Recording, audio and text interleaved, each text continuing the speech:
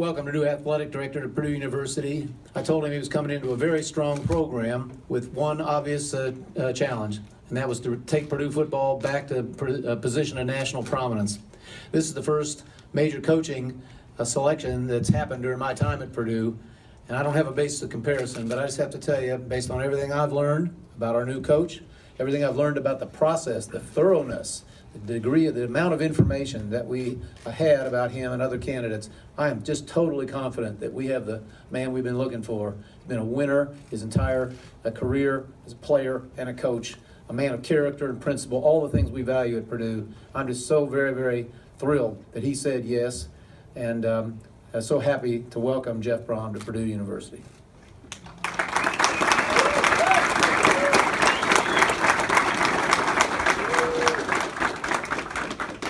And now to make the formal introduction, here's Athletics Director Mike Bobinski. Thank you, Tom, and thank you, President Daniels. As Tom mentioned, it's a new day and an exciting day for Purdue football. But before I speak more about that, one thing I do want to take a quick moment to say, and that's I said it to our team earlier, and President Daniels actually said it to our team earlier this fall, how much we appreciate what they've done over these last 6 weeks. Under difficult circumstances, when you have a midseason coaching change, it's not easy for them to stay together, to do the right thing, to represent Purdue in the way that they did week in and week out. And beyond our team, likewise our coaching staff. Our coaching staff acted in the absolute utmost professional manner. I have the greatest respect for who they are, what they've done, particularly Jared Parker, who is, I think, in the room here somewhere today. I hope he is. I don't know. There he is in the back over here. Coach Parker.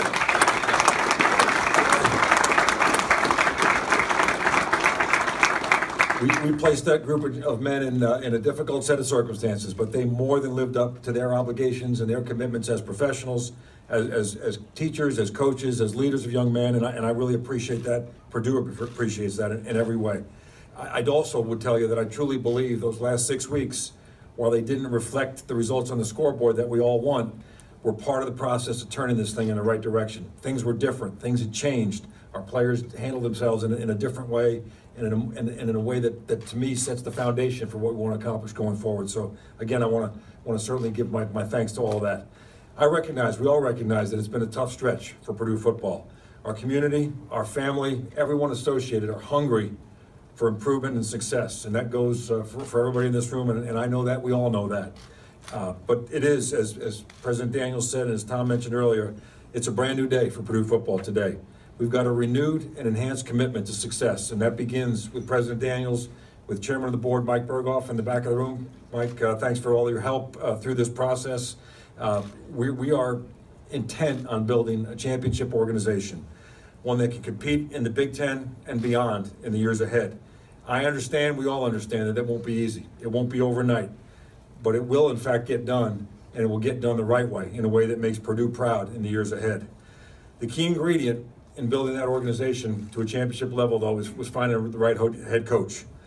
To that end, we conducted a very thorough and lengthy search. It was definitely interesting. It was exciting. It was affirming along the way of the interest and the opportunity that we have here at Purdue. You know, as the process unfolded, there were certain characteristics, though, that were non-negotiables for us. First and foremost, and this is just a few of them, was integrity. And President Daniels mentioned that. We want an ethical leader, somebody that who at all times will treat his players, treat his staff, treat everyone around them in the right way, and make every effort to do the right thing when people are looking or not. An academic orientation, understanding and appreciating Purdue's academic strength and our mission, and making that a priority for our players. And Coach Brohm has already addressed that with our guys earlier this afternoon. Intelligence. I've always been a believer that smart people find a way to get things done. I like having as many smart people around me as I possibly can, because I may not carry my own weight in that area all the time, but I like having lots of smart folks around me. A history of success in every way, from recruiting players, developing players, evaluating talent, competitive success. The habit of winning and understanding what it takes to win is something that you don't forget. And if you have that, you have it. And that's something that we certainly wanted. And then finally, a belief in our opportunity. Not a belief in any opportunity, but a belief in our opportunity here at Purdue and what we might accomplish in the years ahead. And we were fortunate, as we worked through this, to have the opportunity to consider a number of very strong number of excellent candidates, folks that had great credentials and great level of interest in this job. But early on, we identified the man sitting next to me as the coach that we felt was best equipped to lead Purdue football to great success in the years ahead. A few observations that I'll offer about Jeff before I give him a chance to get going here. So there's lots of facts that'll come out, and lots of things that I won't try to go too deep on this, but on a very high level. He's a native of Louisville, and anybody that's familiar at all with the city of Louisville and the Brohm family in Louisville, I think the word is the first family of athletics in Louisville is the Brohm family. That's who they are. They've cut a wide swath in and around that city over the years. Jeff himself had tremendous athletic success in high school, in college, as a professional athlete, both in pro baseball and 6 years in the NFL. Was a hard-nosed and relentless competitor. I mentioned it to our guys. I remember a bowl game that Jeff played in as a player. He was a quarterback at Louisville. Freezing cold weather. Was it Liberty Bowl? Yes, sir. Liberty Bowl. Freezing cold weather. Had a couple pins in his throwing hand. He was a quarterback in his index finger on his throwing hand. Still completed 19 passes that day, led them to a victory over Michigan State, and that's all that everybody talks about. I watched that game. I still remember seeing it. So I've known about this gentleman for a long, long time and who he is as a competitor. A high-integrity individual, someone who's respected by his players, his staff, and literally everyone that I spoke to. I could not find somebody to tell me anything other than the highest level of praise and respect for how this gentleman carries himself each and every day. As a head coach, back-to-back conference championships, 3 consecutive bowl games in 3 seasons, and a 30-10 overall record. By my Long Island, Longwood High School math, that's 75% winning percentage. That's pretty strong by anybody's estimation. Considered to be one of the very top offensive minds in college football today, and one of the very best developers of quarterbacks, which takes us back to some great days in Purdue history. The results are there to back that up. He plays an exciting, aggressive, productive brand of offensive football that's all his own. It isn't somebody else's system. It's Jeff Brohm's system, and one that he's put together by borrowing the very best ideas and concepts from around the game of football, and that's a great testament to who he is as a coach.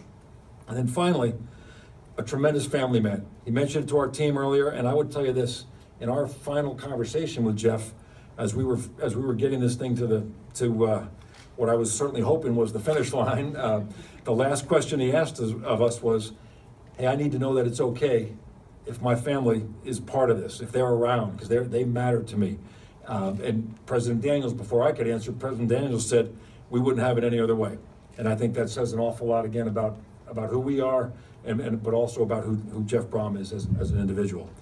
So without any further ado, it's my great pleasure to introduce Purdue's new head football coach and welcome Jeff, his wife Jennifer, who's over here, his son Brady, who's in the third row over here, and his very shy daughter Brooke to the Purdue family. So, Coach Jeff Brohm, welcome to Purdue.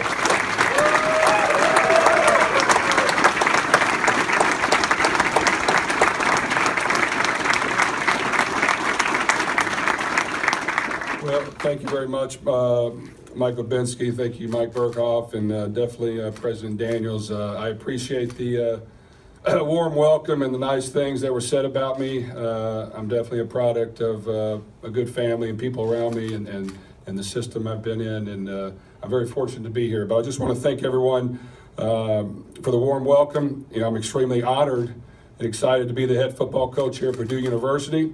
You know, as a person, I grew up in this region of the country. I know the reputation and the tradition of Purdue as a winning football program and a stellar academic institution. I'm 100% committed to restoring the glory past of Purdue football while upholding the values and integrity that Purdue represents. In my discussions with Mike and President Daniels about this program, I was extremely impressed by the total commitment that they have and the Purdue community have to building the football program in a consistent winner, a championship team the right way. The honesty, professionalism, and passion they showed in our discussions convinced me that Purdue is a great opportunity that any football coach would want to have. I want you to know that I am all in, and I ask Purdue fans to be all in with me and our team. Purdue is known as the cradle of quarterbacks, and we will play a brand of football that features the quarterback's strengths. Our style will be wide open and exciting, and we think the fans will enjoy watching us play. I want our players to work hard, but also have fun playing the game while also excelling in the classroom. Our motto really is simply, before the game, we want to play harder, play tougher, and play smarter than our opponents. And our players will rally around those fundamental concepts and play with intense passion and love for the football game.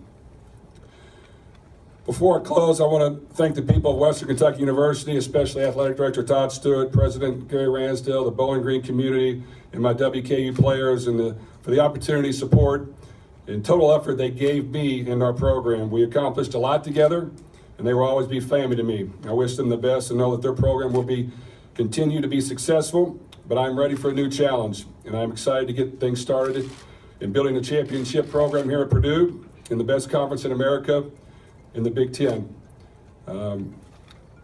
That's kind of the written statement. Now I do my talking. But, this is an exciting time for me. I'll be honest with you. I was very comfortable where I was at. I had a chance to build our program. We won 2 championships in a row. I liked where I was living. I'm not someone who's always looking to move and for the next best spot. And I was very comfortable. And I loved my players. And for me, it was tougher to leave than probably the average Joe because they mean a lot to me.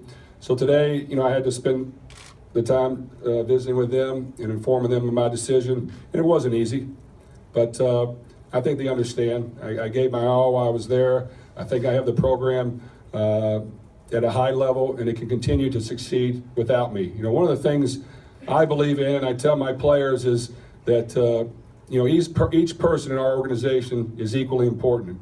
And it doesn't matter if you're the head coach, the starting quarterback, the third team quarterback, the long snapper, the support staff. Everyone is equally important in our program. And it takes everybody working hard to achieve success. And if you believe in that, and if you truly value that, then when things happen and you lose somebody or somebody goes down, the next guy steps up and he's able to perform. And everyone feels a part. And the one thing I do like is I like to compete and I like to win. And it doesn't always happen. But you have to have a constant drive to be a winner. You have to hate losing. You have to do whatever you can to do your part. And normally if you're doing that, you can find a way to get it done. To me, it's also about finding an edge. I tell our team, we've got to find a way to get an edge, all right? And what's that going to be? When you're lifting weights, when you're running, when you're throwing with your team, when you're in the film room studying, that's great. But guess what? Every other team in America is doing it as well. So how can you get an edge? Well, for us, in my opinion, to get an edge, it's not what you're doing when people are watching that matters. It's what you're doing when they're not watching. So everyone has to find a way to work extremely hard when people aren't watching. And you've got to put in the extra time on your own, and you got to do whatever it takes to get better. And if everybody believes in that and is doing a little bit, then it's going to add up. I know as a coach, I tell my team always once a year, maybe more, but once a year at the end of spring practice that as a head coach, I'm going to find a way to outwork every other head coach in America. And I'm going to try to find a way to put us in the best position to win. It won't always be perfect, but I am going to outwork the next person. And if they can do that for me as well as players, we're going to have a chance to have success. This is a great opportunity. It's a great challenge. You won't find anyone that likes losing worse than me. And it's my goal to do whatever I can to help us win football games, but to help us have success in everything we do. And that's important. All those things matter. And you need to be successful in the classroom, in the community, and on the football field. And if you're doing all three, normally they correlate and it equals to even better success. And I think we've got to build a team that stays together, plays together, works together. We're there for each other. We understand the grind that's going to be there. I do believe in working hard, but I believe in having fun. And I think you can do both. And what I tell my team all the time is if you're having fun working hard, normally you're going to work even more. So we want to play the game in a fun fashion. We want to make it exciting to watch. We want to make it exciting to practice. We want to do things creative. We want to stay ahead of the curve. We want to be cutting edge. Whatever we can do. And I do think coaching matters. And not that we'll always be perfect, but as a former player, I know that coaching matters, and we've got to do our part as